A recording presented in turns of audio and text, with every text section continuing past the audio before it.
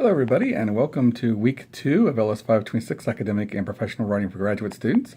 Really quick overview of week 1, looking back on it. We had a great first seminar on Sunday night, guys, so I appreciate everybody who came and had some good interactions on the topics of writing a summary paper and how legal writing and professional writing sometimes will deal differently than writing with prose, and how we're being more very concise and very to the point in our writing when it comes to professional writing.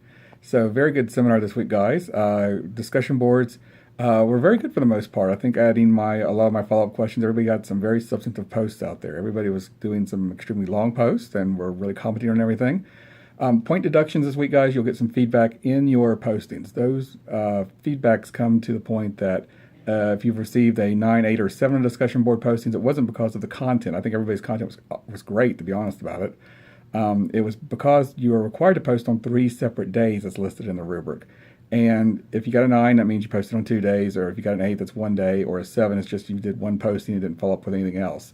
So remember, guys, in our discussion boards each week, make sure you post on 3 days. I don't think anybody had a problem with content. I think it was just a matter of posting on requirements. So we do have one discussion board this week in week 2, guys, so look at it. It's talking about looking at an article and then thinking some critical questions you're going to come up with and ask about that article. Our seminar this week on Sunday night will be focusing on persuasive writing. We're starting our persuasive writing discussions this week, so we'll be looking at the thesis statement concept and what it means to write a thesis statement at the beginning of a paper and why it is important to write a thesis statement. And I will say this with thesis statements as I've graded over the years.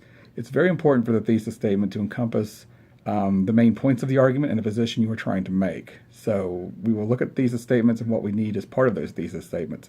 Because sometimes I've seen papers where it's only been like a sentence, I'm going to look at this, and then period, or I'm going to do this, period. And it really doesn't go into the needed detail as to why you want to do that. Because remember, in persuasive writing, you need to persuade our audience. We're not just informing the audience anymore.